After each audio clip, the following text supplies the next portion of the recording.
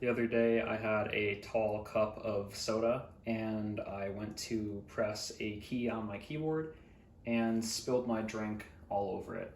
So I don't know if this keyboard works anymore. I kind of like soaked it in rubbing alcohol. We'll test this later in the video, but the main point of this video is the unboxing of my new keyboard. I've been wanting one of these keyboards since they came out. It's the Cooler Master SK630. I chose to get the one without the 10 key because the spacing just kind of ends up hurting my shoulders with my mouse way over here. With that said, we can dig into the box here.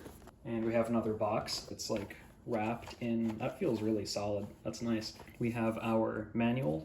We have our cable. That is a USB-C, nice. And it looks like we have a Keycap Puller as well. That's handy. Let's go ahead and pull this out of the case. Just came in from outside, so it's pretty cold. That kind of green color you see is light reflecting. It's not actually colored that way. My bad, that's Kapton tape, I think, is what that's called. So I've actually been using the keyboard for about 3 weeks now. To be honest, when I first got it, I wasn't the biggest fan. I'm not sure if all the keyboards come with it, but mine had an additional set of curved keycaps. So I replaced the old flat keys with the new curved ones. And after getting used to the switches after a few days, I've warmed up to it a lot.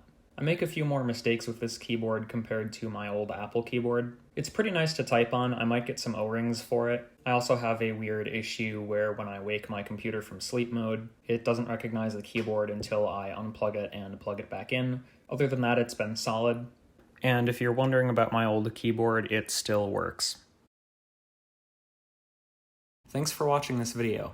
If you liked it, please leave a like and consider subscribing if you want to see more. I also have social media. Go ahead and follow if you want to see incremental updates to my projects. I'll leave links to those in the description. Please consider donating via PayPal and Patreon. I also have an Amazon wishlist in the description. Any amount is greatly appreciated, and once again, thank you for watching. I hope you enjoyed, and I will see you in the next video.